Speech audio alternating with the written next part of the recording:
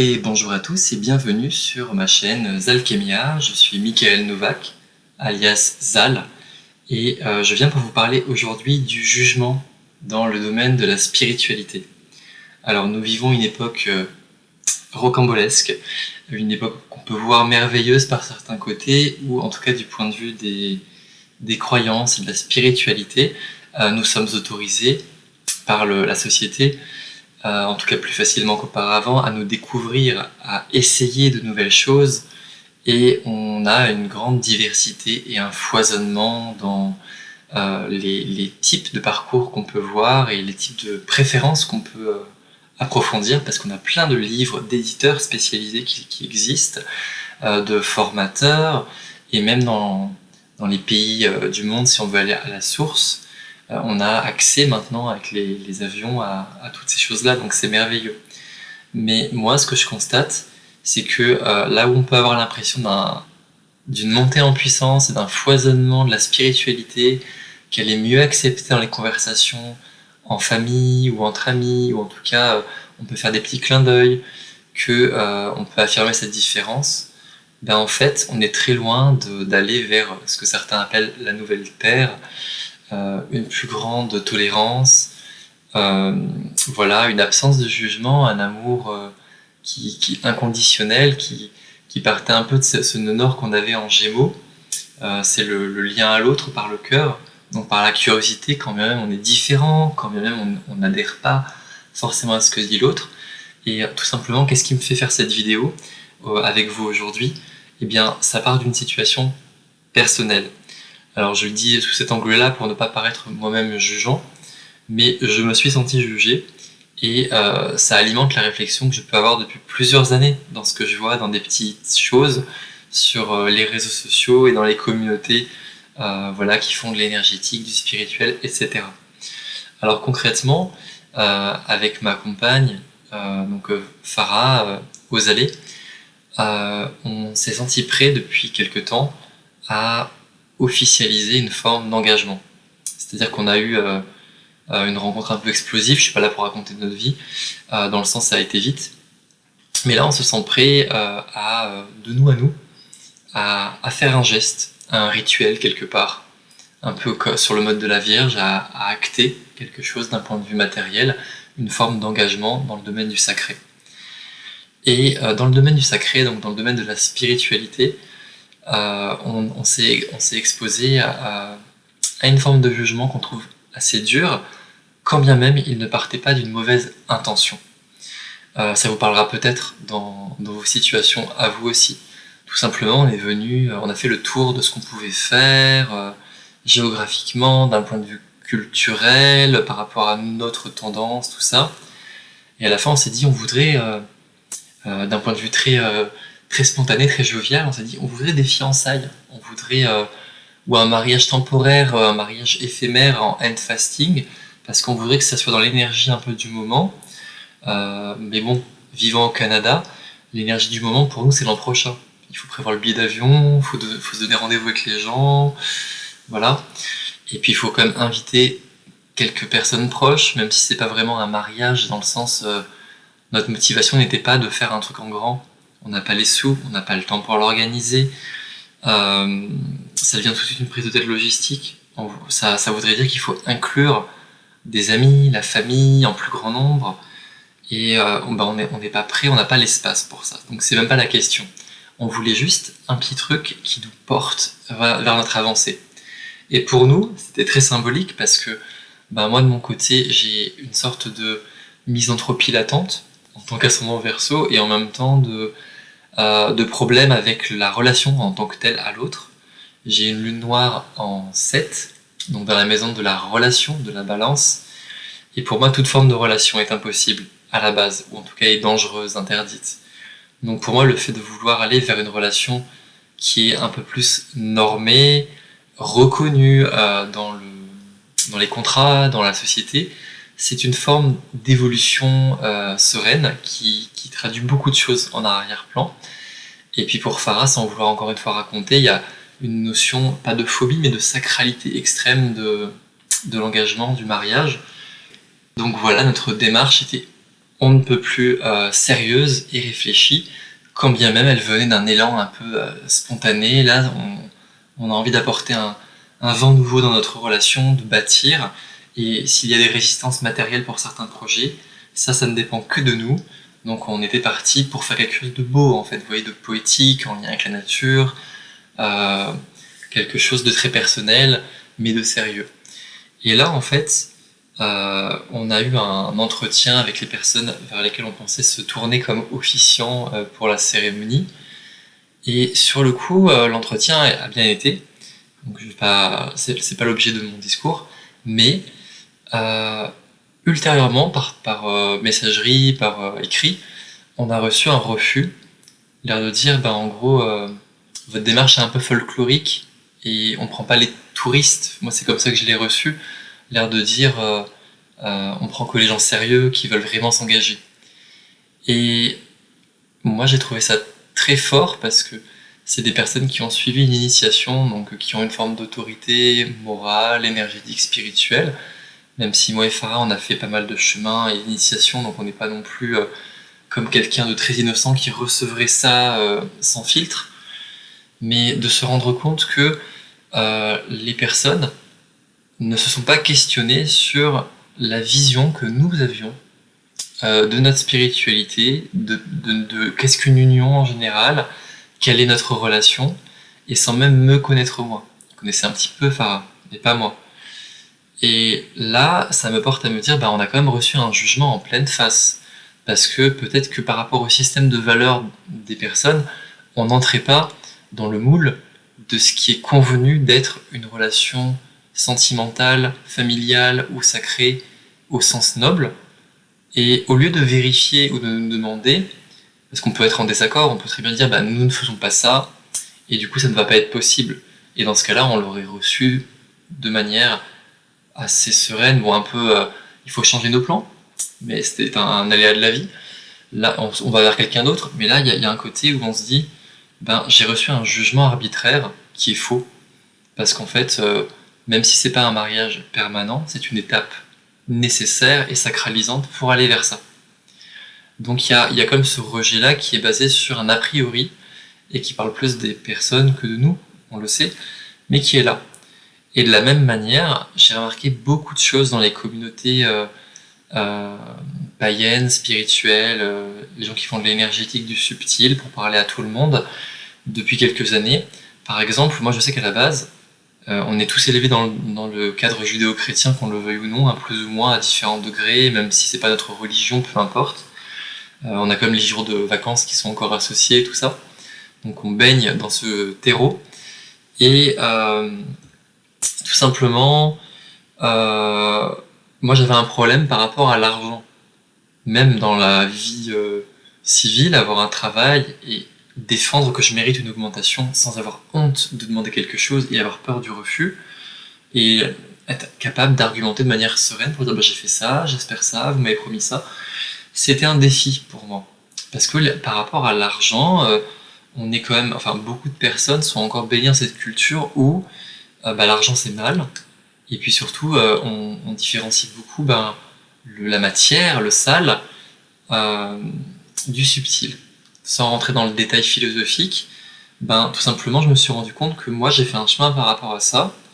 et je comprends que d'autres n'aient pas ces valeurs-là, c'est pas ça la question, mais bon, pour avoir pas mal voyagé, même si je suis scorpion, soleil un peu sagittérien, tourné vers l'ouverture, vers d'autres cultures, etc. Quand j'ai été en Asie, à la fois j'ai été émerveillé et choqué de voir que dans les temples, c'était tout ce qu'il y a de plus vulgaire, dans le sens où on a le sacré, les prêtres, les croyants, vraiment croyants, qui font pas semblant, qui viennent pas là pour faire plaisir à la mamie, ou voilà. Et en même temps, on a les marchands de pacotille qui te suivent en te disant achète-moi, achète-moi, achète-moi. Et ils font du commerce.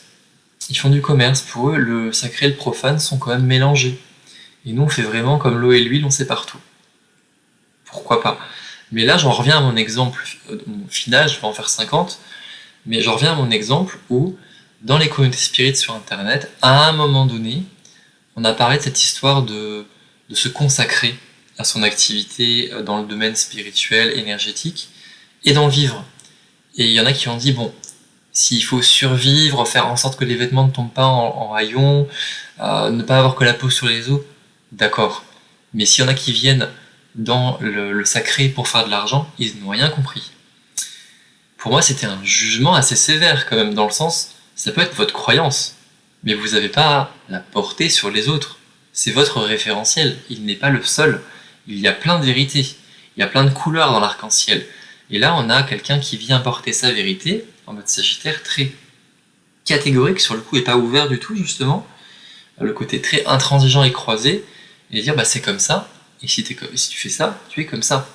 Et donc moi, je te parle pas, ou je ne te respecte pas, parce que tu es différent. Et je trouve ça très violent, parce que pour moi, c'est ma perception, quand on est dans le domaine, quand on a une ouverture spirituelle, c'est avant tout un élan vers soi-même et vers l'extérieur qui vient du cœur. On est là pour élargir ses horizons, on est là pour, pas forcément parler, mais en tout cas pour qu'il y ait un accueil, un espace pour chacun, et on peut s'affronter, mais voilà, Voltaire disait,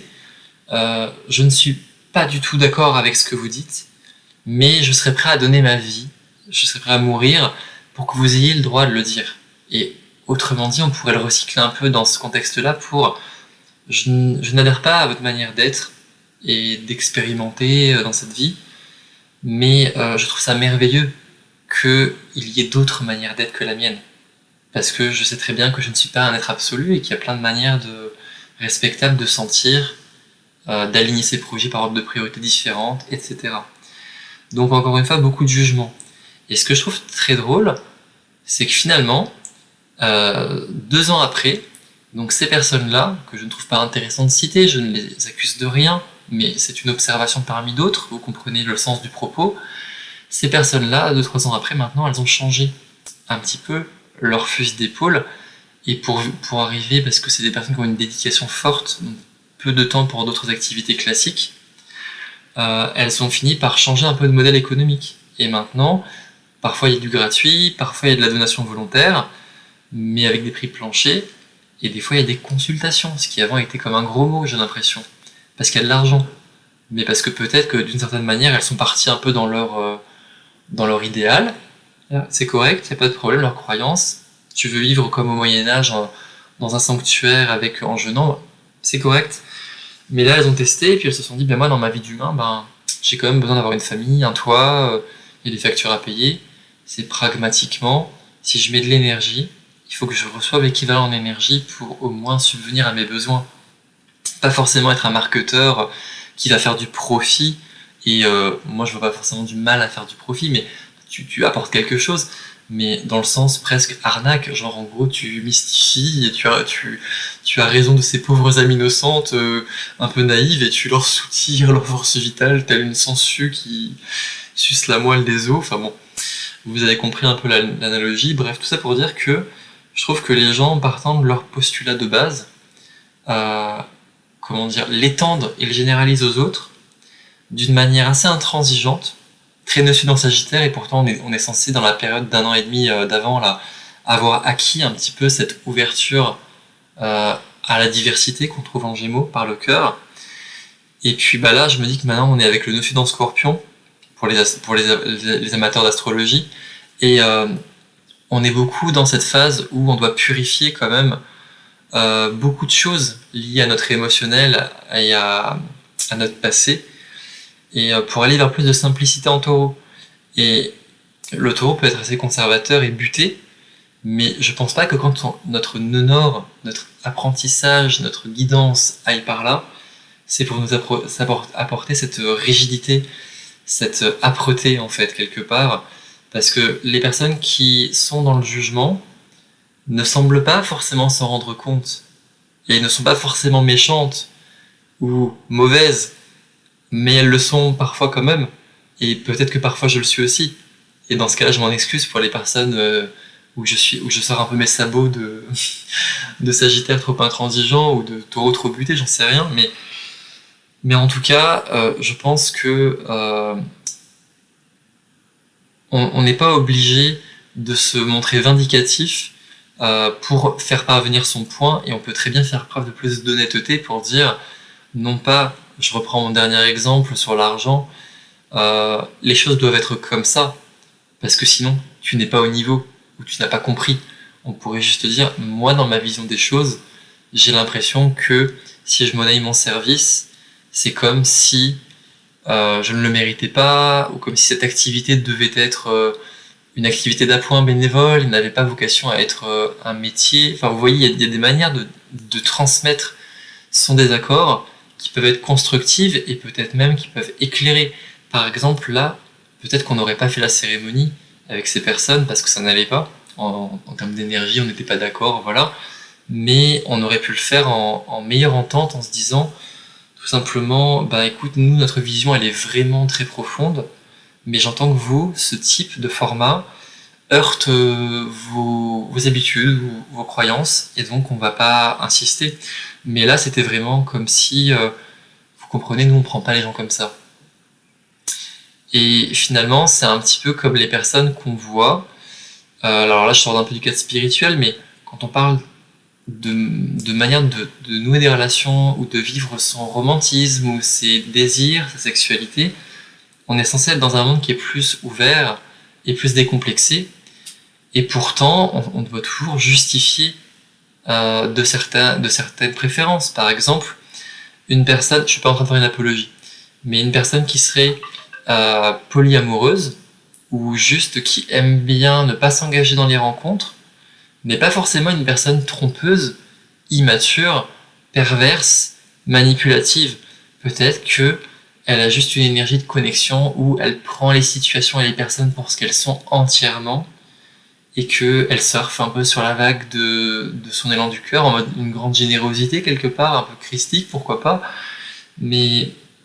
bon, dans beaucoup de cas, donc je prends cet exemple-là parce que c'est celui qui suscite le plus d'opposition chez les gens en général, mais dans beaucoup de cas, ben, les gens vont dire non, non, mais pour moi, forcément, quelqu'un qui est mature, honnête, sincère, aimant, qui aime bien, qui sait aimer, c'est quelqu'un qui va faire comme ça, comme moi en fait. Je parle pour la personne, mais dans le sens qui va aimer une seule personne, de telle manière, avec tel rituel, qui va le montrer de telle façon. Et moi je reste quand même surpris de voir que quand on reçoit des conseils de thérapeutes, personnes plus ou moins proches, peu importe, voisins, bah des personnes qui sont censées être à l'écoute, bienveillantes, bien souvent on ne peut pas s'empêcher d'en revenir finalement au filtre de notre ego. Et c'est bien de ça qu'il s'agit. Parce que finalement le jugement il est par rapport à soi et à sa réalité. Donc on en revient à l'ego. Et autant on peut partir d'une rencontre entre, on est des êtres incarnés, entre deux égos, mais avec l'ouverture de l'âme et une forme de sincérité, de bienveillance qui n'est pas tout accepter, se sacrifier, être nié, mais juste d'être assertif. Parce qu'il y a une différence entre le rejet, l'acceptation totale et sacrificielle, et puis juste le fait de dire, en fait, pour moi, ça va être quelque chose qui va marcher, pour telle raison, ou on n'est pas obligé de préciser, et puis pour toi c'est différent. Donc on peut coexister de cette manière-là, sans forcément s'entacher en fait. Voilà, parce que là j'ai l'impression qu'il y a comme une compétition, enfin, même des gens qui ne se disent pas en compétition, indirectement c'est une manière de dire, moi j'ai compris, et toi non. Bon, je sais pas si c'est une vidéo qui vous paraît positive, j'espère que oui, parce que je la fais vraiment dans un esprit de se dire comment est-ce qu'on peut faire pour être plus ouvert dans notre couple, à notre partenaire, ou dans notre fratrie, à nos clients, à nos collaborateurs, pour moins sauter sur le cheval de nos croyances et de nos biais cognitifs. Parce qu'on sait très bien qu'en général, ce qu'on perçoit de la réalité est filtré par notre mental, et finalement on va surtout capter ce qui va corroborer notre vision des choses, et en général on va vouloir classer les choses, ça se fait de manière assez naturelle, c'est le côté de la Vierge, mais là un côté un peu négatif sur le coup, parce que classer c'est une chose, dans le sens je distingue, mais ça veut pas dire qu'il faut porter un jugement, qui est là on est dans le domaine de la morale, donc il y a une forme de condamnation qui est là. Autant vous pouvez le condamner si quelqu'un fait quelque chose contre votre consentement ou affecte votre vie de manière non désirée, mais s'il vit sa vie selon ses choix, qu'il est clair et qu'il communique sur ça de manière sereine, étayée, aimante, on va dire, ben vous n'avez pas le droit en fait de venir franchir ces limites qui sont des limites plus émotionnelles, énergétiques, spirituelles, pour venir rentrer, lui placer un jugement. Si vous avez affaire à une personne qui n'est pas stable sur ses convictions, qui est en train de s'essayer, elle peut être très déstabilisée en fait par une petite phrase ou un petit mot. Et moi je prends un dernier exemple, juste quelqu'un de ma famille auquel je tenais beaucoup à l'époque, que j'aime toujours d'une manière inconditionnée, d'une manière universelle on va dire, mais dont j'ai pris du recul parce que finalement le jour où j'ai fait quelque chose qui lui déplaisait personnellement, j'ai vu un travail de généralisation de ma personne à toutes les valeurs qui n'allaient pas dans son esprit, et je me suis senti très jugé, et sur le coup ça a beaucoup affecté mon estime, ma confiance et mon amour propre, et je me suis surpris à avoir des pensées répétitives par rapport à ça, en me disant et si j'étais quelqu'un de mauvais, et si je devais faire comme ci, comme ça, et si je devais me plier pour être accepté. Et c'est pas quelque chose qui est souhaitable. Donc demandez-vous si vous avez vraiment envie de faire preuve d'autorité et d'abus dans l'espace des personnes, parce que vous ayez une émotion, incompréhension, colère, peur, doute, voilà, mais ne portez pas de jugement, parce que c'est vraiment... je trouve ça stérile en fait, parce que la personne ne va pas changer d'avis certainement, et vous non plus, mais il y aura peut-être des dégâts au niveau personnel, au niveau de la relation, et ça ne nous fait pas grandir. Je pense pas que dans le monde où on vit actuellement, on ait besoin de plus de dureté en fait. Il y a assez de choses terribles et on va devoir se serrer les coudes pour vivre les épreuves qui nous attendent. Il appartient qu'à nous en fait de se soutenir quand bien même on n'est pas d'accord avec la manière de faire des autres, tant qu'ils ne font pas de mal ostensiblement à eux-mêmes ou aux autres,